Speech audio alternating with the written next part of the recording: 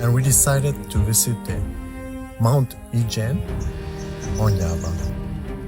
To be at the volcano in time to see the blue fires, we started at 11 p.m. from the resort.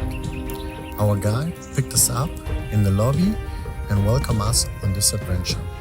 We were going to spend the next 12 hours together on the trip. While we waited for Ijen Park to open at 2 a.m., we enjoyed a hot cup of coffee, and Martin also tried a traditional Indonesian cigarette. On the way up, we saw the beautiful sky full of stars, and the moon rose behind the mountain.